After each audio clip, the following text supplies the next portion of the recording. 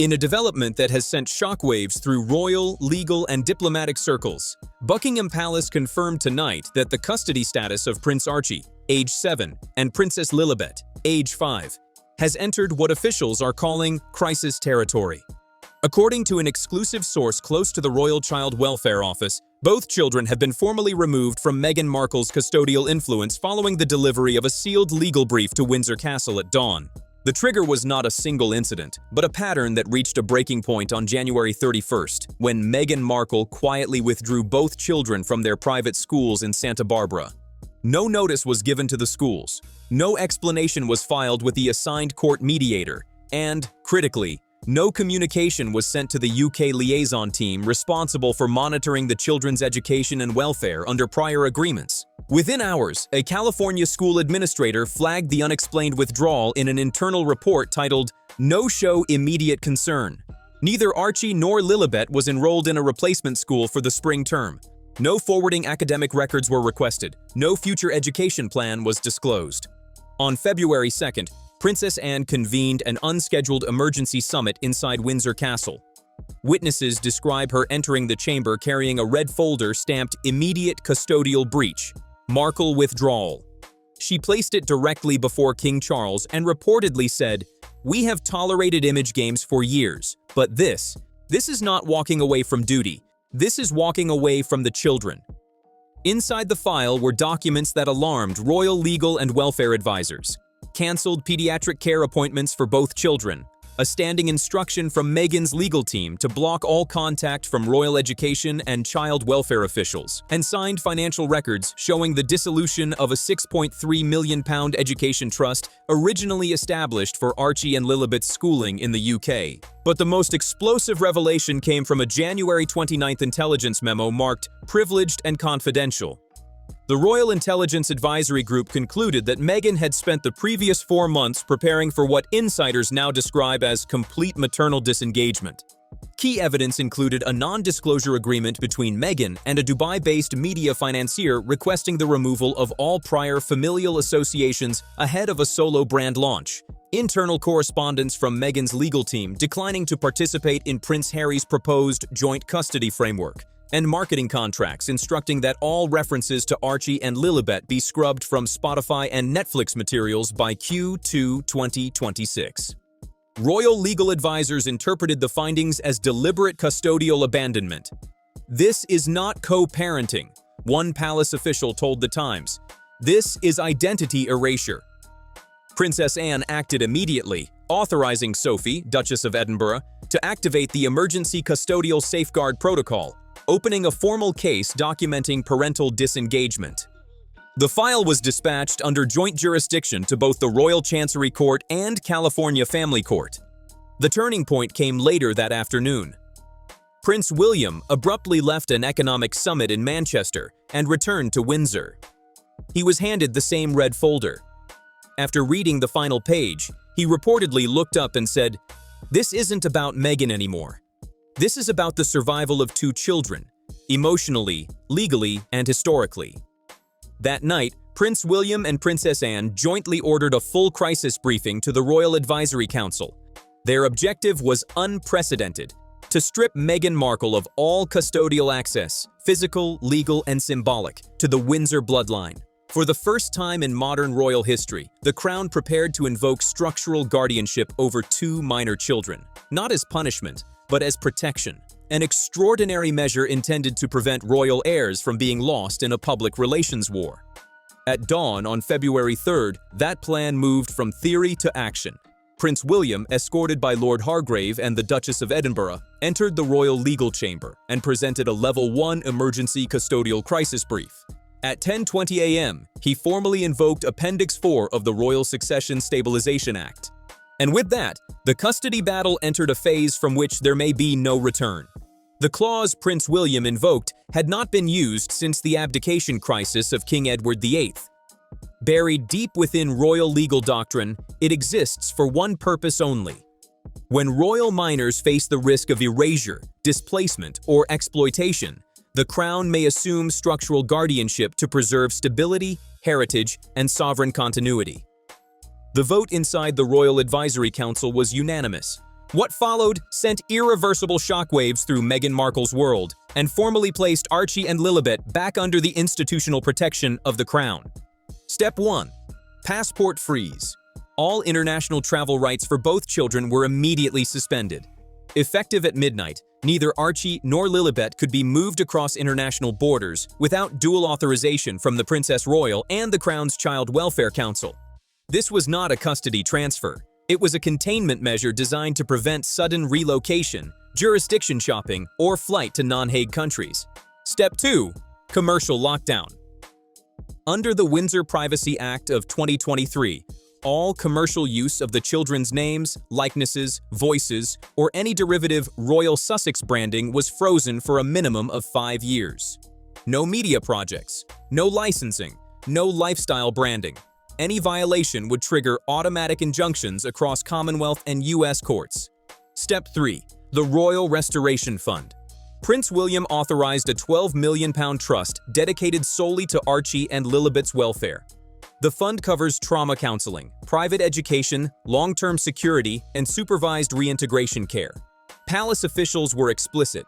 This was not public relations, it was dynastic firewalling. For Meghan Markle, the consequences were immediate and catastrophic.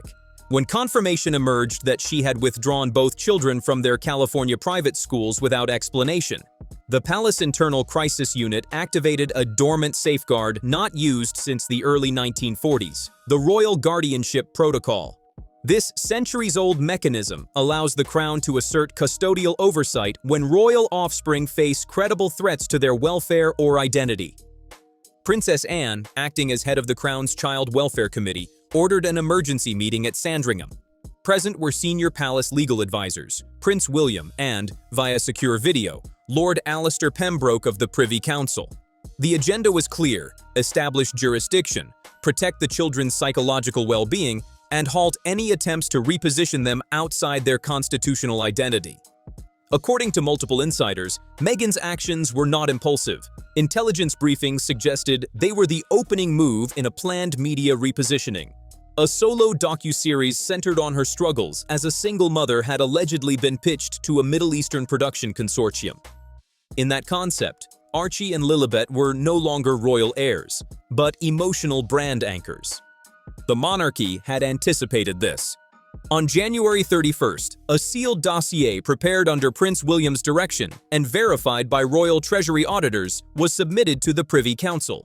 Its contents were damning: a full audit of attempts to monetize the children's royal identity, legal correspondence showing efforts to trademark Archie and Lilibet's names in multiple jurisdictions, metadata linking PR firms to upcoming branded children's products inspired by Princess Diana's legacy. That same evening, Princess Anne issued a blunt institutional statement. The House of Windsor will not tolerate the unauthorized commercial exploitation of children born into this institution, particularly when it threatens their safety or constitutional position. The repercussions rippled outward fast. Banking regulators in the UK and Canada froze accounts linked to Mail Holdings, a shell structure allegedly named after Meghan, Archie, Lilibet, and an undisclosed external investor. Within 24 hours, sponsorship deals tied to a children's storytelling platform Meghan had promoted collapsed. Then came the digital erasure. Spotify removed archived references to the children from podcast descriptions. Netflix quietly pulled thumbnails for a shelved project tentatively titled Raising Royal Hearts. Meghan's legal team cited ongoing proceedings, but royal sources confirmed the real mechanism. The Crown had invoked the Digital Identity Protection Act under international child welfare protocols. The clause Prince William invoked had not been activated since the abdication crisis of King Edward VIII. Its language is stark and absolute. In cases where royal minors face the risk of erasure, displacement, or exploitation, the Crown shall assume structural guardianship to ensure stability, heritage, and sovereign continuity. And Prince Harry, according to multiple sources within his inner circle, he was blindsided. His request to temporarily retain custody rights was rejected on technical grounds. Ongoing travel restrictions, unresolved U.S. residency status, and lack of stable income weighed heavily against him. The final blow came via a confidential letter hand-delivered by royal courier. Drafted with King Charles's knowledge, it stated plainly, "Custody, guardianship, and protection of Windsor children now fall solely under Crown protocol. No emotion, just constitutional finality. Meanwhile, Princess Catherine stepped into a role unseen since the post-war era. She assumed direct oversight of Lilibet's emotional care, coordinating weekly therapy sessions with a specialist in transatlantic identity trauma. A trusted Welsh nanny was reassigned as Lilibet's primary caregiver, and George and Charlotte were quietly encouraged to include her in Windsor routines. One image said everything. A single photo, released without caption, showed Lilibet holding Princess Charlotte's hand as they exited Windsor Chapel at Candlemas. As for Meghan Markle, by February 3rd, she remained unreachable. Her team issued only a vague statement about privacy. But the silence spoke louder than any press release. By all internal accounts, Lilibet was adjusting better than anyone expected.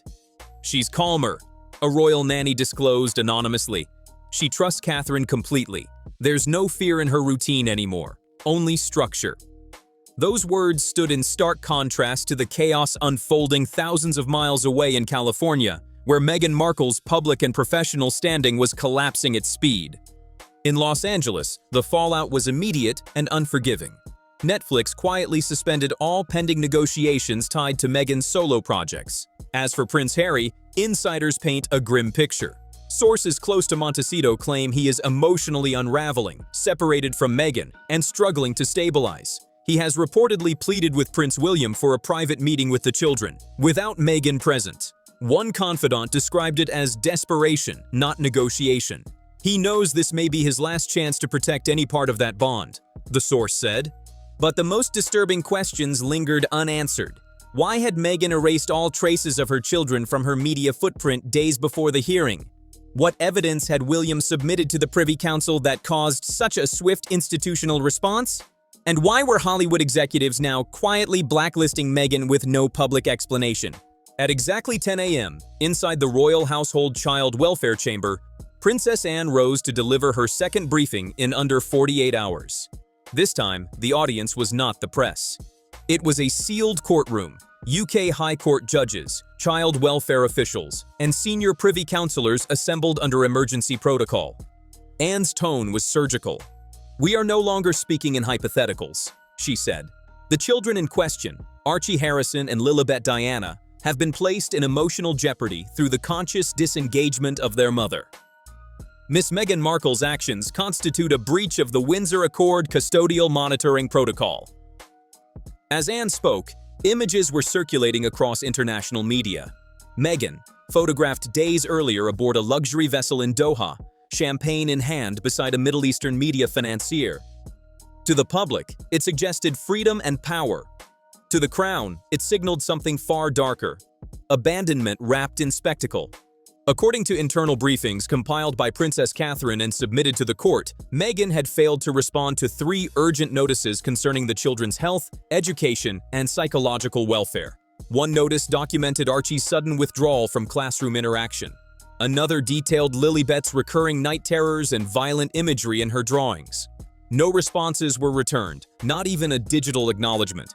When Prince William took the floor, his anger was controlled but unmistakable.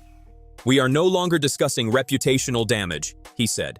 "We are confronting a deeper failure.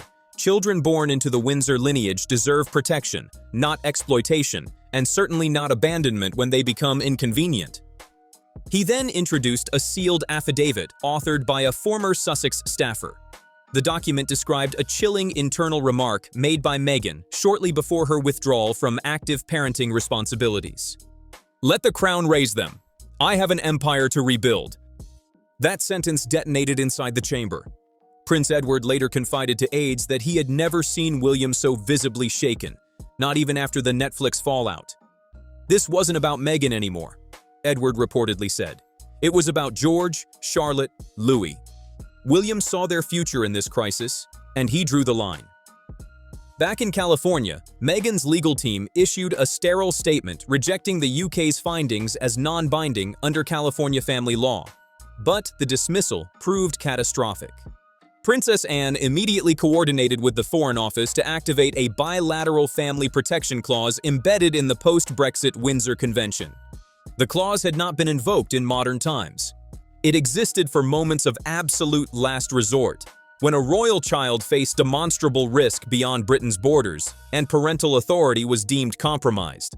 On February 3, 2026, that clause was activated. The decree was signed in triplicate by King Charles III, Prince William, and Princess Anne, effective immediately. With that single act, the British Crown assumed primary custodial guardianship over Archie and Lilibet. Meghan Markle's parental authority was formally bypassed under an international emergency safeguard designed to protect royal minors from instability, displacement, or identity erasure. It was not framed as punishment. It was framed as protection.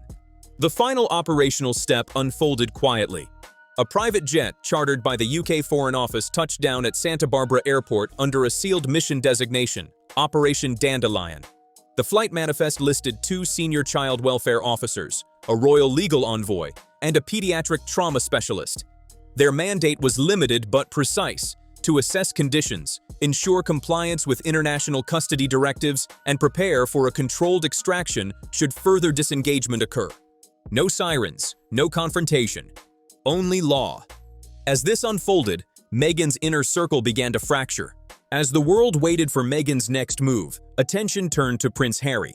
Would he defy the institution again, or finally align with the children's stability over personal loyalty? Behind the headlines, another narrative unfolded inside Windsor. On February 1st, the Palace Communications Office released a second image, unexpected and deeply symbolic. Princess Charlotte stood beside Princess Anne and Sophie, Duchess of Edinburgh, inside the Royal Archives wing. Charlotte held an aged ivory-handled letter opener, once used by Queen Elizabeth II in her early reign. Behind her hung a portrait of the young Elizabeth, resolute and watchful. Insiders described it as a visual declaration of continuity. The timing was deliberate. That same morning, Meghan Markle's latest legal maneuver, an attempt to claim heritage compensation linked to Princess Diana's legacy, was formally rejected by the Royal Advisory Committee, chaired by Princess Anne. The ruling was concise and devastating in its implication. No individual may leverage the institutional memory of Diana, Princess of Wales, for commercial restitution without express authorization from the sovereign. Such claims may not be derived from marriage alone. There was no press conference. No cruelty, just closure. Sources in Los Angeles reported Meghan was furious, having expected at least a symbolic concession from King Charles. But the king fully endorsed Anne's ruling, citing a confidential 2020 memorandum authored by Queen Elizabeth II herself, one that outlined protections against unauthorized emotional and commercial appropriation of royal legacy. For the first time, the monarchy formally invoked the non-consensual image clause of the updated 2023 Royal Privacy Act. The effect was immediate and sweeping. Meghan was legally barred from using her children in any promotional, monetized, or indirect branding content. Hollywood reacted swiftly. A fragrance partnership tied to Meghan's personal brand was placed on indefinite hold. A major tech company paused negotiations on an AI-driven content platform, citing reputational risk. Publicly, some industry figures suggested Meghan was being scapegoated. Privately, agencies began disengaging. At the same time, Princess Charlotte's brief statement, "We are not currency, we are not stories for sale," circulated globally, translated into more than 20 languages within 48 hours. Catherine declined to amplify it. Palace insiders say she instructed staff to let the words stand alone. They did. Across the UK, children began sending handwritten notes to the palace. One viral clip showed a girl in Manchester holding a handmade card and saying, "Charlotte is braver than any grown-up." The moment crystallized public sentiment. For Meghan, the reversal was devastating. Once celebrated as a modern maternal icon, she was now widely viewed, fairly or not, as someone who commodified her children while waging war against the institution that sheltered them. For Catherine, it was vindication not through confrontation, but through restraint. Yet one question lingered. Meghan had reportedly scheduled a primetime American interview for February 5th. Would she speak? Would Harry appear? Would the monarchy escalate further? The answer arrived first. On February 2nd, 2026, at 6 p.m. Greenwich Mean Time, a final royal bulletin was issued, sealed with the insignia of the Lord Chancellor's Court and co-signed by the royal household. It contained a single line: The Crown has resolved custodial dominion under royal guardianship protocols. With that, all remaining parental and legal influence previously exercised by Meghan Markle over Archie and Lilibet was formally terminated. Princess Catherine was granted full supervisory authority over the children's emotional and moral development in coordination with the Royal Child Welfare Council. The children would remain in the United Kingdom under constitutional care until age 16. Meghan's £8 million trust was voided as unsanctioned. All entertainment licensing tied to the children was frozen pending audit. Hollywood withdrew. The palace closed ranks. Harry, isolated, was left negotiating quietly behind doors that no longer opened easily. The Markle era did not end with scandal or spectacle. It ended with paperwork, guardianship, and silence. And this time, the Crown did not blink.